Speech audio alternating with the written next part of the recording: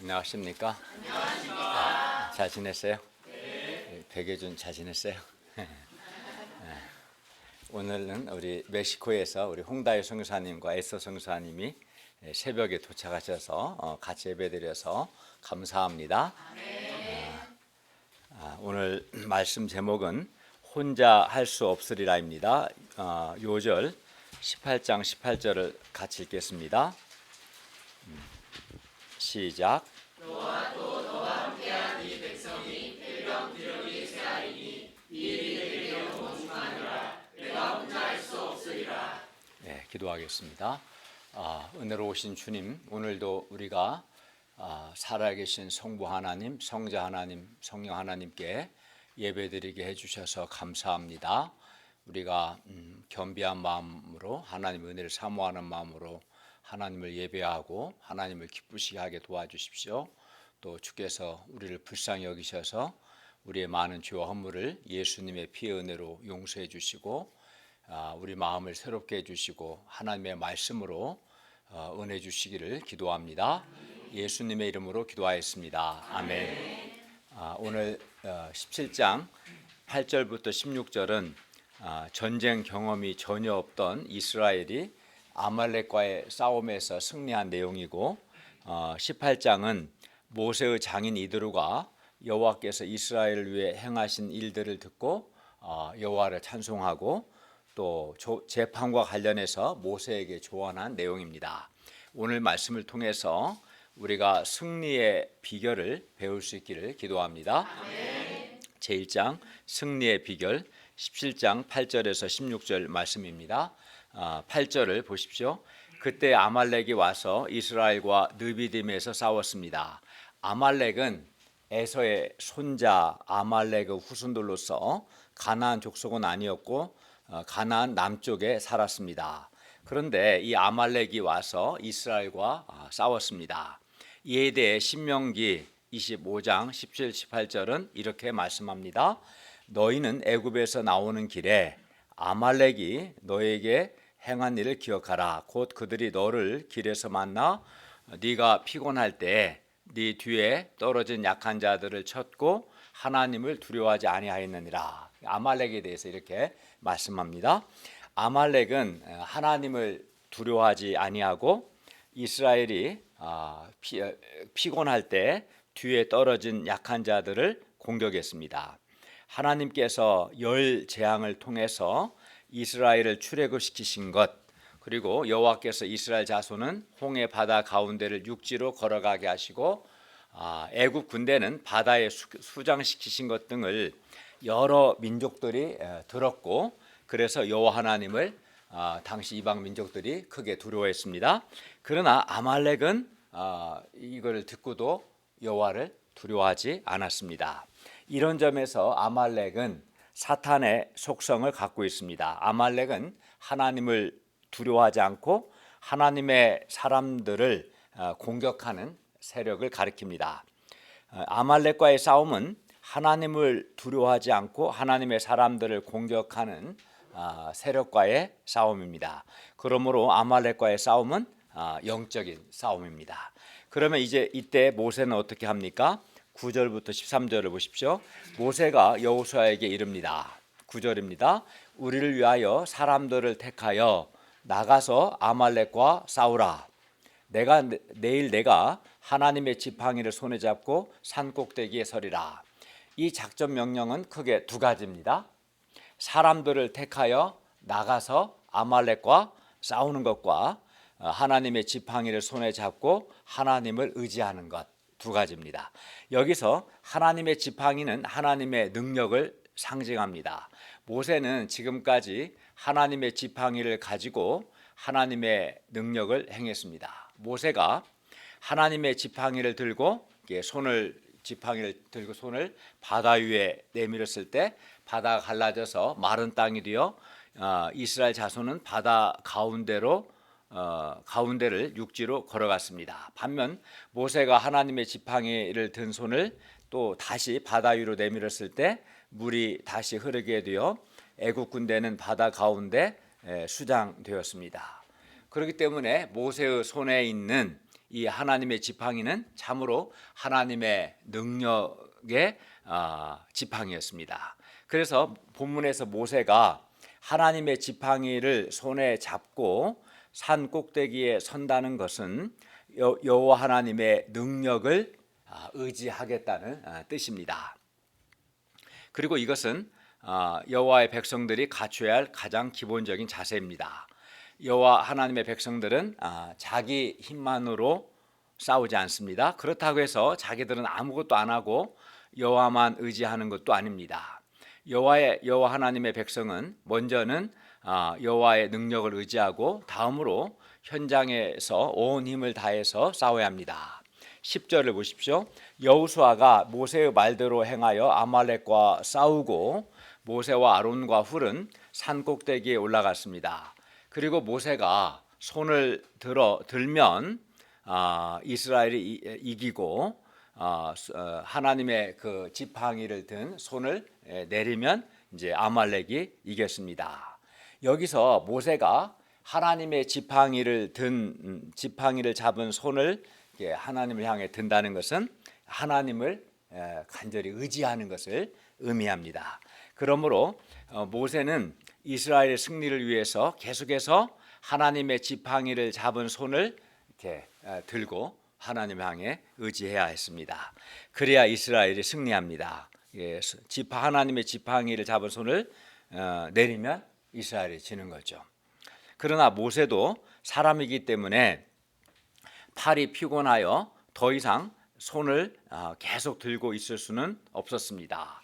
이때 아론과 훌은 어떻게 했습니까? 12절을 보십시오. 모세의 팔이 피곤함에 아론과 훌이 돌을 가져다가 모세의 아래에 놓아 모세를 그 돌 위에 앉게 하고 아론과 훌이 한 사람은 이쪽에서 한 사람은 저쪽에서 모세의 손을 붙들어 올렸습니다. 그러자 모세의 손이 해가 지도록 내려오지 않아야 할 수 있었고 여호수아가 칼날로 아말렉과 그 백성을 쳐서 무찔렀습니다. 여기서 우리는 승리의 비결을 배웁니다. 첫째, 우리가 승리하기 위해서는 하나님을 의지해야 합니다. 모세가 하나님의 능력을 상징하는 하나님의 지팡이를 손에 잡고 그 손을 든다는 것은 하나님을 의지하는 것을 가리킵니다.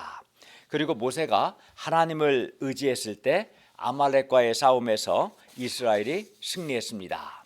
따라서 우리 역시 승리하려면 여호와 하나님의 능력을 우리도 의지해야 합니다. 가정과 또 우리 학교와 직장에서 그리고 캠퍼스 구원 역사에서 우리가 승리하기 위해서는 우리 역시 어떻게 합니까? 하나님을 의지해야 합니다. 여호와 하나님이 도와주시지 않으면 결코 승리할 수 없습니다. 둘째, 우리가 승리하기 위해서는 동역자들의 동역이 매우 중요합니다. 이스라엘 자손은 동역을 잘했습니다. 아주 잘했습니다. 여호수아는 모세의 명령에 순종해서 사람들을 택하여 아말렉과 싸우러 나갔고 또 아론과 훌은 모세를 잘 도왔습니다. 모세도 연약하고 피곤하기 때문에 하나님의 지팡이를 손에 잡고 하루 종일 손을 들고 있을 수는 없었습니다. 그런데 모세가 손을 내리면 이제 아말렉이 이겼습니다. 이때 아론과 훌은 결코 모세를 비판하거나 비난하지 않았습니다. 모세 목자님이 자꾸 팔을 내리시니까 우리 백성들이 지잖아요 라고 말하지 않았습니다. 또는 아론과 훌이 무관심하지도 않았습니다. 뭐 팔을 들고 있든 내리든 별로 신경도 안 쓰고 내 팔 아니니까 이안드레 그렇게 생각하지 않았어요. 네, 무관심하지 않았습니다. 아론과 훌은 모세가 요청하지 않았는데도 자발적으로 모세를 도왔습니다. 그들은 이제 모세를 보니까 서서 하나님의 지팡이를 든 손을 계속 하나님 향해 들고 있으니 얼마나 힘들겠어요. 그래서 일단은 앉을 수 있도록 돌을 가져다가 모세 아래 놓아 모세가 그 돌 위에 앉게 하고 아론은 이쪽에서 훌은 저쪽에서 모세의 손을 이렇게 붙들어 올렸습니다. 이렇게 그들은 모세의 오른팔과 왼팔이 되어 주었습니다. 물론 해가 지도록 모세의 손을 붙들어 올린 그들의 팔 역시 피곤하고 아팠을 겁니다. 아론은 이제 모세보다 2살 형이기 때문에 아론도 힘들었겠죠. 그러나 그들은 모세의 고난에 동참했습니다. 아론과 훌은 아주 성숙하게 모세를 동역했습니다. 하나님은 이들의 합심 동역을 받으시고 이들에게 승리를 주셨습니다. 하나님이 세우신 지도자를 중심으로 합심하여 동역할 때 승리의 역사가 있습니다. 지도자에게 요구하고 지도자를 왜 그렇게 안 하냐고 비판하기 쉽습니다. 또는 지도자에게 아예 무관심하기도 쉽습니다. 그러나 이렇게 지도자를 비판하거나 또는 무관심함으로 동역을 하지 않는 곳에서는 결코 승리의 역사가 일어나지 않습니다. 아마 자멸할 것입니다. 물론 지도자의 연약함을 감당하고 또 무관심하지 않고 그의 고난에 동참하는 것은 결코 쉬운 일이 아닙니다.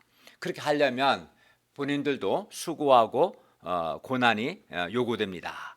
그러나 여호수아와 아론 훌과 같이 각자의 자기 위치에서 최선을 다하고 동역할 때 반드시 승리의 역사가 일어납니다.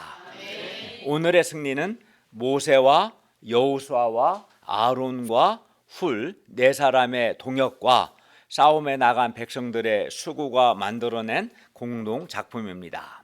하나님께서는 하나님의 종들이 하나님께서 세우신 질서 안에서 서로 동역할 때 하나님도 그 역사에 동역하시고 그들에게 승리를 주십니다. 그런데 여기서 동역은 모두 다 똑같은 일을 하는 것은 아닙니다. 여호수아가 해야 할 일과 모세가 해야 할 일, 아론과 훌이 해야 할 일이 다 달랐어요. 여호수아는 백성들을 택하여 전쟁터에 나가서 아말렉과 싸웠습니다. 아론과 훌은 피곤한 모세를 좌우에서 직접 도왔습니다. 이렇게 동역은 같은 목표 아래서 다양한 일을 통해서 이루어집니다. 동역을 오케스트라에 비유할 수 있을 겁니다. 하나의 아름다운 음악을 연주한다는 것은 공통된 목표 아래서 다양한 악기들이 각자의 특색 있는 음색을 내며 조화를 이룹니다. 바이올린은 바이올린으로서의 소리를 내고 플룻은 플룻으로서의 소리를 낼 겁니다. 또 다른 악기들도 그렇겠죠. 그러면서 하나의 화음을 맞추는 것, 이것이 아마 오케스트라의 아름다움일 겁니다. 하나님 역사에서 동역도 이와 같습니다. 교회는 하나님이 세우신 질서가 있고 각자의 역할이 있는데 하나님께서 세우신 질서 속에서 자기 역할을 잘 감당하는 것이 동역입니다. 고린도전서 14장 40절은 말씀합니다. 모든 것을 품위 있게 하고 질서 있게 하라. 이렇게 동역할 때 여호와 하나님께서 승리를 주십니다. 우리에게는 중앙대 숙대 캠퍼스 전도와 재장성 또 세계 선교라는 동일한 목표가 있습니다. 또 그 외에도 우리에게는 동일한 목표가 많습니다. 우리가 여호와 하나님의 능력을 간절히 의지하고 다음으로 우리가 동역을 잘 해야 합니다. 그렇게 할 때 하나님께서도 우리와 동역해서 우리에게 승리를 주실 것입니다. 우리가 동역을 그러기 때문에 잘하는 것이 매우 중요합니다. 그런데 우리가 동역을 잘하기 위해서는 우리에게 동일한 목표가 있어야 합니다. 목표가 동일하지 않거나 또는 동기가 순수하지 않으면 동역을 하기가 어렵습니다. 그러므로 우리는 캠퍼스 학생들을 구원하고 또 하나님을 기쁘시게 하고자 하는 동일한 목표를 가져야 합니다. 그리고 지도자의 연약함을 비판하거나 비난해서는 안 됩니다. 아론 훌과 같이 성숙하게 지도자의 연약함을 오히려 도와야 합니다. 우리는 또 하나님의 일에 무관심하고 자기 일만 하는 이기적인 자가 되어서도 안 됩니다.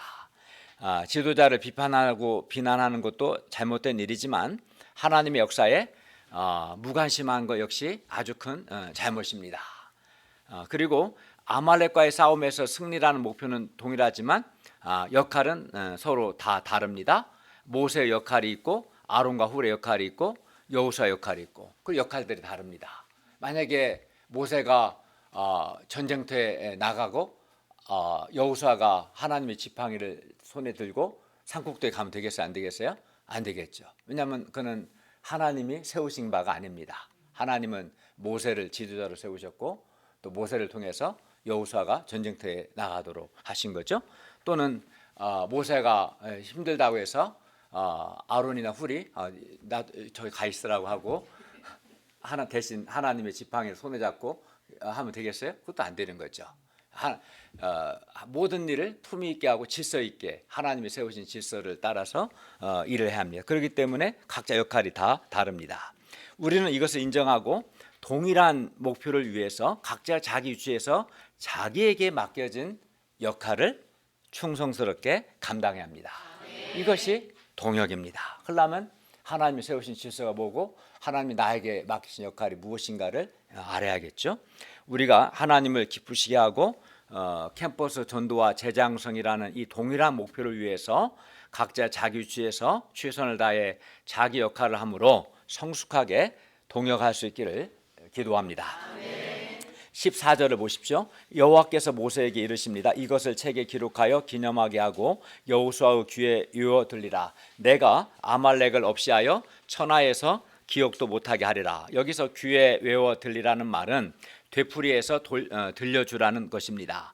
그리고 그것은 여호와께서 아말렉을 없이하여 천하에서 기억도 못하게 하신다는 것입니다. 이것을 귀에 외워 들리라는 겁니다.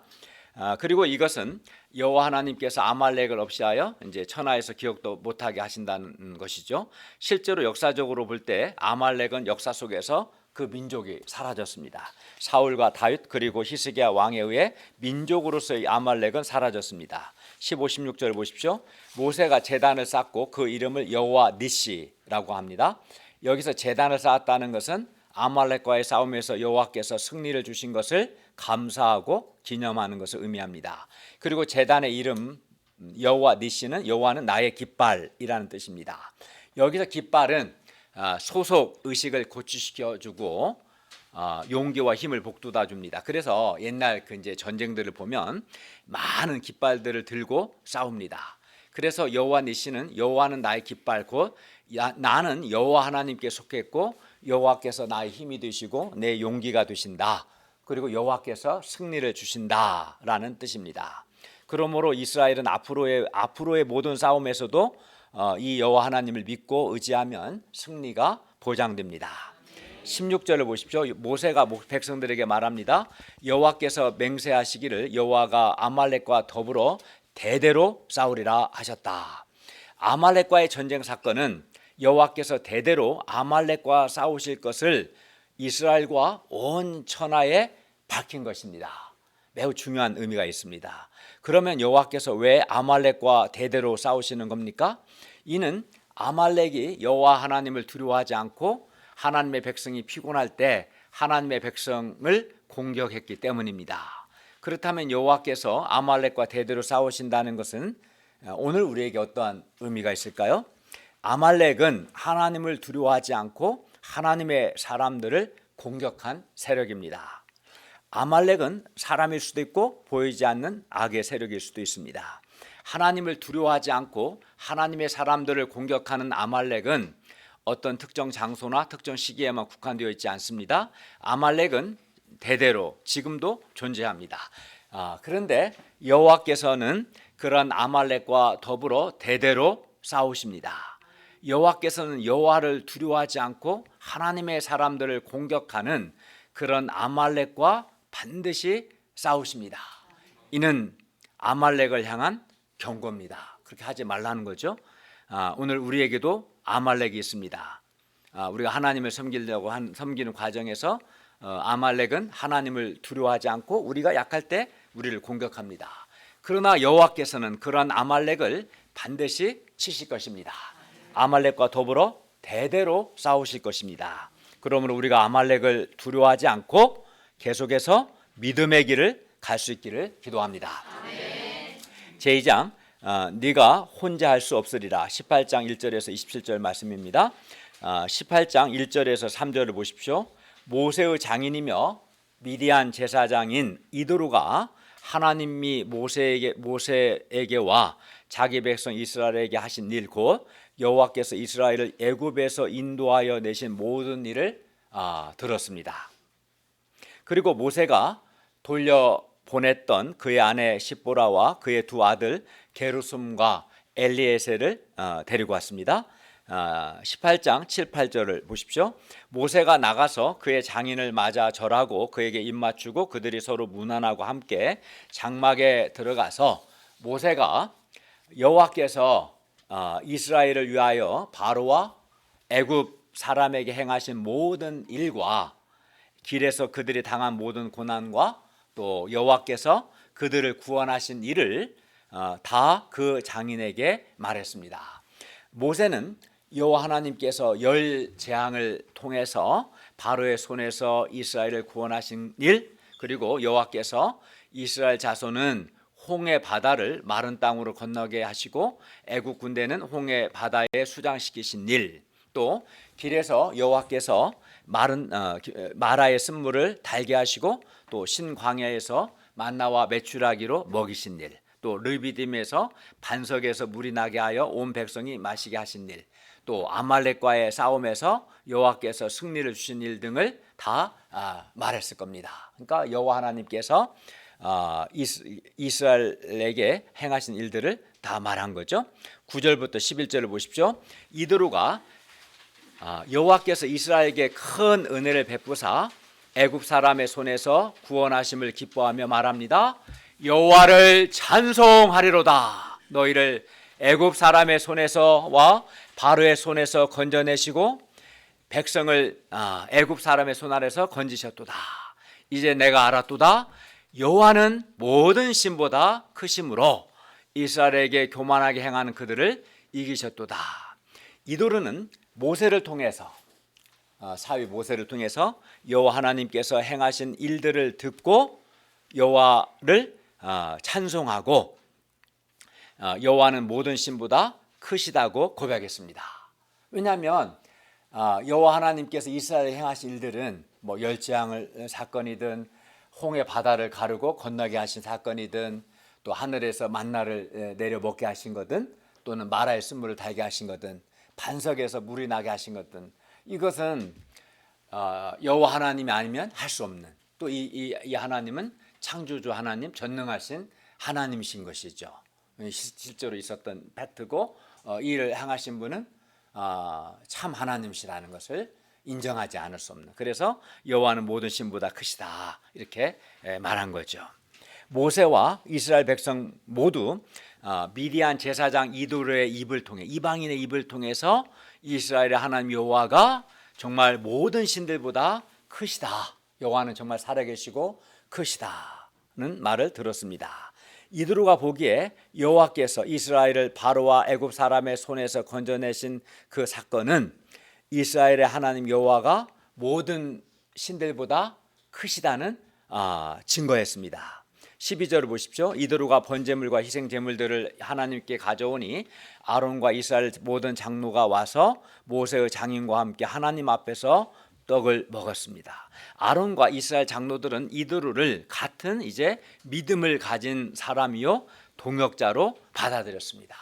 물론 이드루가 이 사건 전부터 여호와를 믿었다는 견해도 있고 또 이 사건을 계기로 믿었다는 견해도 있지만 적어도 분명한 것은 이드루가 여호와께 제사를 드리고 함께 떡을 먹었다는 것은 여호와 신앙을 가졌다는 것을 의미합니다. 우리도 모세와 같이 여호와 하나님께서 우리를 위하여 행하신 구원을 다 증거해야 합니다. 그리하면 이들과 같이 우리의 증거를 듣고 여호와 하나님께로 돌아오는 사람들이 반드시 있을 것입니다. 그래서 우리가 이제 여름 수학이 때 뭐 인생 소감도 발표하고 최근 신년 수학에서 요절 소감도 발표함을 통해서 여호와께서 행하신 일들을 증거하고 여호와 하나님은 정말 살아계신 하나님이시다 증거하지 않습니까? 여호와께서 우리를 위하여 행하신 구원을 다 말할 때 우리의 증거를 듣는 사람들 가운데 반드시 여호와께로 돌이키는 역사가 있을 것입니다. 왜냐하면 하나님이 아니면 할 수 없는 일들이거든요, 그죠? 그리고 여호와는 모든 신보다 크십니다. 그 어떤 것은 즉 돈이든 권력이든 좋은 직장이든 그 어떤 것도 신이 될 수 없고 그 어떤 것도 우리를 구원할 수 없습니다.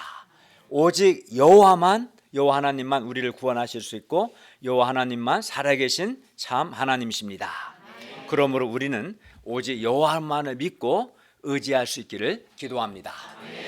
18장 13절부터 16절을 보십시오. 이튿날 모세가 백성을 재판하느라고 앉아 있고 백성은 아침부터 저녁까지 모세 곁에 서 있었습니다.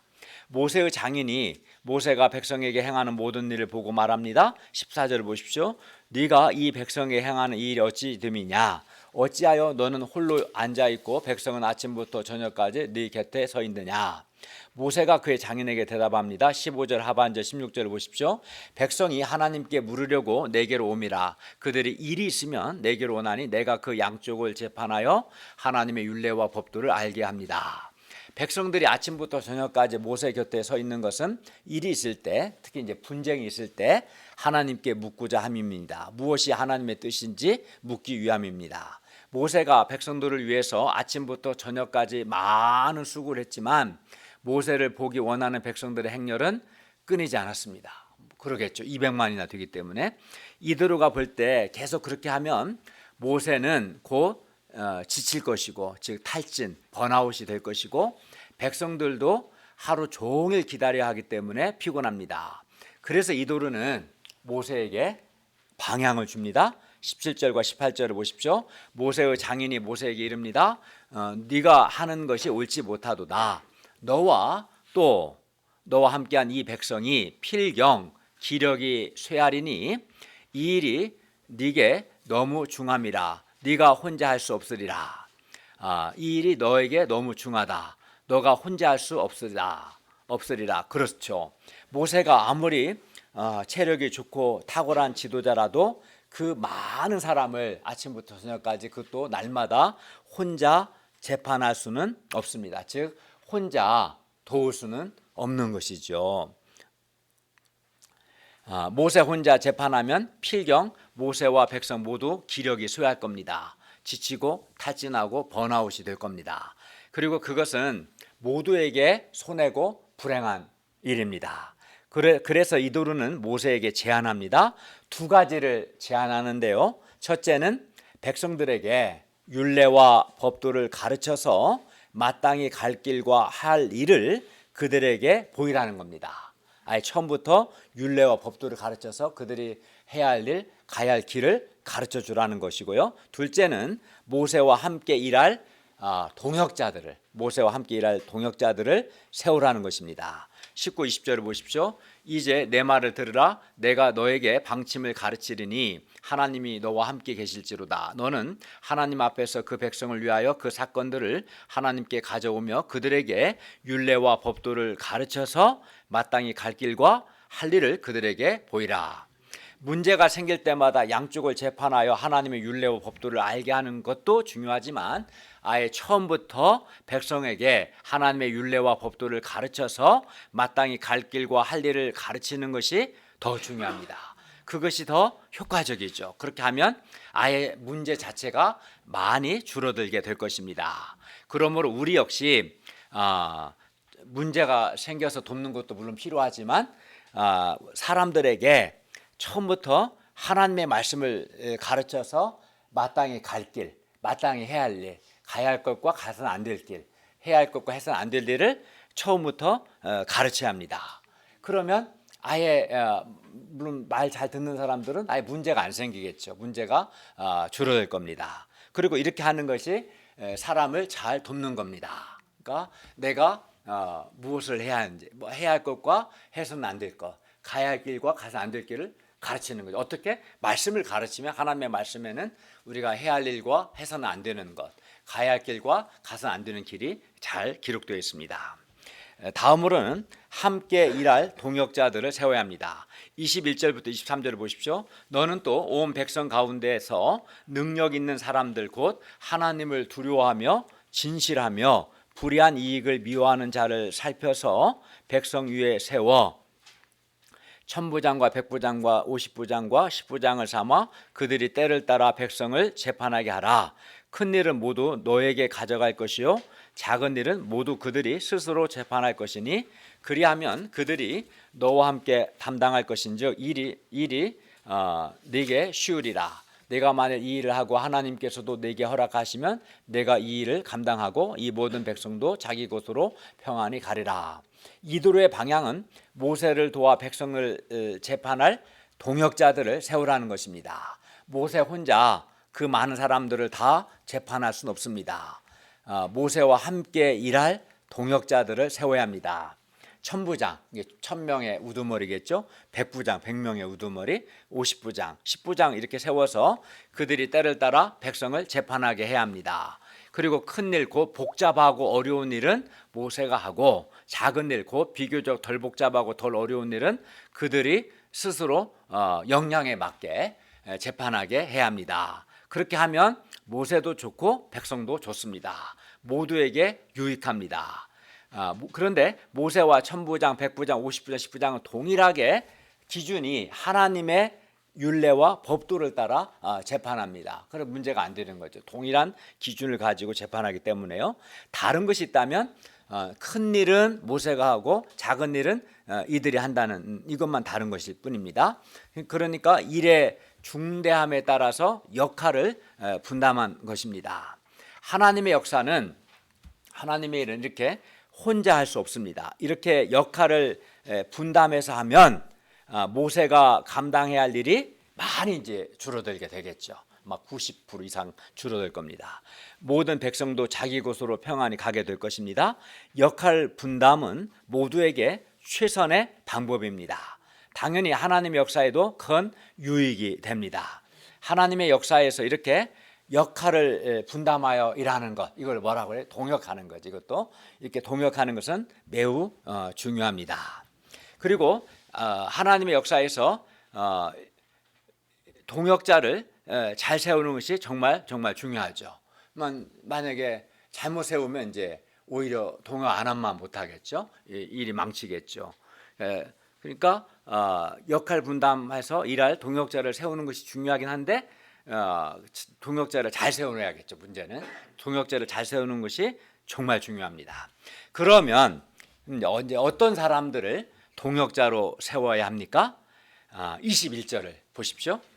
온 백성 가운데서 능력 있는 사람들, 즉 누가 능력 있는 사람입니까? 하나님을 두려워하며 진실하며 불의한 이익을 미워하는 자들을 살펴서, 이들이 능력 있는 사람이라는 거죠. 이들을 살펴서 이제 이들 중에서 각각 천부장, 백부장, 50부장, 10부장을 세워야 합니다. 그러니까 기본 전제 조건은 능력 있는 사람들, 즉 하나님을 두려워하며 진실하며 불의한 이익을 미워하는 사람들을 살펴서 이들 중에서 그 사람의 역량에 맞게 이들 중에서 천부장, 백부장, 50부장, 10부장 이렇게 세우라는 거예요. 사람을 세우는 첫째 조건은 하나님을 두려워하는 사람이야죠. 그죠? 둘째는 뭡니까? 진실한 사람이어야 하고요. 셋째는 불의한 이익을 미워하는 사람이어야 합니다. 하나님을 두려워하는 것이 첫째고 가장 중요한 조건입니다. 왜 그럴까요? 하나님을 두려워하는 것, 이걸 이제 하나님을 경외한다고 표현하는데요. 하나님을 경외하는 것이 모든 지혜와 지식의 시작입니다. 하나님을 두려워할 때, 경외할 때 하나님이 지혜를 주시고 지식도 주십니다. 그리고 무엇보다 사람이 하나님을 두려워하면 어떻게 될까요? 하나님을 두려워하게 되면 소극적으로는 악을 행하지 않습니다. 가령 요셉이 하나님을 두려워할 때 보디발 여사의 유혹을 물리칠 수 있었죠. 하나님을 두려워하는 사람, 하나님을 의식하는 사람은 악을 행하지 않습니다.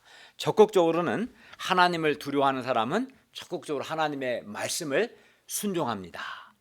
그렇기 때문에 하나님을 두려워하는 것이 가장 중요합니다. 하나님을 두려워할 때 악을 행하지 않고 적극적으로 하나님의 말씀을 순종하기 때문입니다. 다음으로 진실한 사람이어야 합니다. 즉 신뢰할 수 있는 사람을 세워야 하는데 사람이 진실하지 않고 거짓되거나 외식하거나 이중적이 되면 결코 그런 사람은 신뢰할 수 없습니다. 그러므로 거짓이 없는 진실한 사람을 세워야 합니다. 그래야 신뢰할 수 있죠. 진실해야 합니다. 진실하지 않으면 신뢰할 수 없습니다. 끝으로 불의한 이익을 미워하는 사람이어야 합니다. 자기에게 뇌물이나 선물을 준 사람에게 유리하게 재판하는 것은 공의롭지 않고 불의한 겁니다. 그러면 이제 다른 상대편이 억울하게 되겠죠. 또 오늘날 우리 한국 사회에서 문제가 되듯이 전관을 예우해서 자기와 관계 있는 사람에게 유리하게 재판하는 것 역시 공의롭지 않고 불의합니다. 그렇죠? 따라서 불의한 이익을 미워하는 사람은 한마디로 진리가 있는 사람이라고 할 수 있어요. 진리가 있는 사람. 그러니까 나하고 가까운 사람, 나한테 잘해주는 사람이 기준이 되면 안 되고 하나님의 말씀이 기준이 되는 사람, 이런 사람이 진리가 있는 사람이죠. 진리가 없는 사람은 뇌물이든 선물이든 자기에게 잘해주는 사람에게 유리하게 재판하기 때문에 결코 올바른 재판을 할 수 없을 겁니다. 그러므로 사람을 세울 때 진리가 있는 사람을 세워야 합니다. 이렇게 하나님을 두려워하고 거짓이 없이 진실하고 불의한 이익을 미워하는 진리가 있는 사람이 하나님의 역사를 잘 동역할 수 있습니다. 그러므로 우리는 바로 이러한 사람이 정말 능력 있는 사람이지, 이러한 사람을 동역자로 세우고 이렇게 우리 자신도 하나님을 두려워하고 진실하고 불의한 이익을 미워하는 진리의 사람이 되려고 노력해야 합니다. 그렇게 해야 내가 하나님의 동역자가 되어서 하나님의 역사에 귀하게 쓰임 받을 수 있습니다.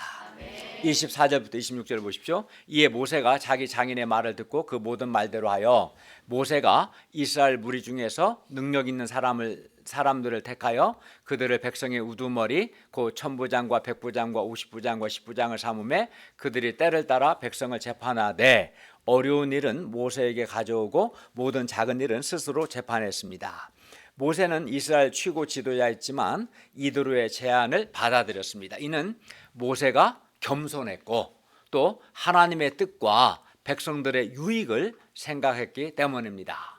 우리 역시 모세처럼 겸손해야 하고 어떻게 하는 것이 하나님의 역사와 동역자들과 양들에게 유익한가를 생각하고 행동해야 합니다. 결론입니다. 우리가 승리하려면 여호와 하나님을 의지하고 여호와의 깃발 아래서 서로 동역해야 합니다. 특히 하나님의 역사는 혼자 할 수 없기 때문에 동역자들을 세워서 함께 일해야 합니다. 그리고 이렇게 우리가 하나님이 세우신 질서 속에서 동일한 목표를 위하여 합심 동역을 잘 할 때 하나님께서 우리에게 승리를 주시고 우리 개인과 우리 공동체 전체가 건강하게 되고 유익하게 되고 은혜가 풍성하게 될 것입니다. 그런데 우리가 동역을 잘 하려면 어떻게 합니까? 우리 자신이 좋은 동역자들로 성장해야 합니다. 그러면 어떤 사람이 좋은 동역자입니까? 오늘 본문을 볼 때 동일한 목표를 위해서 여호수아와 같이 충성하는 동역자가 좋은 동역자입니다. 또는 아론과 훌과 같이 성숙하게 지도자의 연약함을 도와주고 무관심하지 않고 지도자를 잘 돕는 사람이 좋은 동역자죠. 또 하나님을 두려워하고 진실하고 불의한 이익을 미워하는 진리의 사람이 좋은 동역자입니다. 그리고 혼자 다 하지 않고 다른 사람들을 동역자로 세우는 지도자가 좋은 지도자입니다. 우리 교회가 지금까지 그랬던 것처럼 앞으로도 좋은 동역자, 좋은 지도자가 되어서 동역을 잘 할 수 있기를 기도합니다. 그리하여 우리 개인과 공동체가 하나님의 승리를 체험하고 건강하게 되고 또 유익하게 되고 은혜가 풍성할 수 있기를 바랍니다. 기도하겠습니다. 오늘 오신 주님, 오늘 말씀을 통해서 우리에게 승리의 비결을 가르쳐 주셔서 감사합니다. 우리가 하나님을 의지하고 또 하나님이 세우신 질서 속에서 동역을 잘함으로 승리하게 도와주시고 또 모세처럼 하나님께서 우리에게 행하신 일들을 정확하게 잘 설명하는 함으로 사람들이 우리의 증언을 듣고 하나님께로 돌이키는 역사가 있도록 도와주시옵기를 기도합니다. 우리가 무엇보다 하나님을 두려워하고 진실하고 불의한 이익을 미워하는 그런 진리의 사람들이 되고자 애쓰고 또 그러한 사람들을 세워서 하나님의 일을 할 수 있도록 도와주십시오. 예수님의 이름으로 기도하였습니다. 아멘.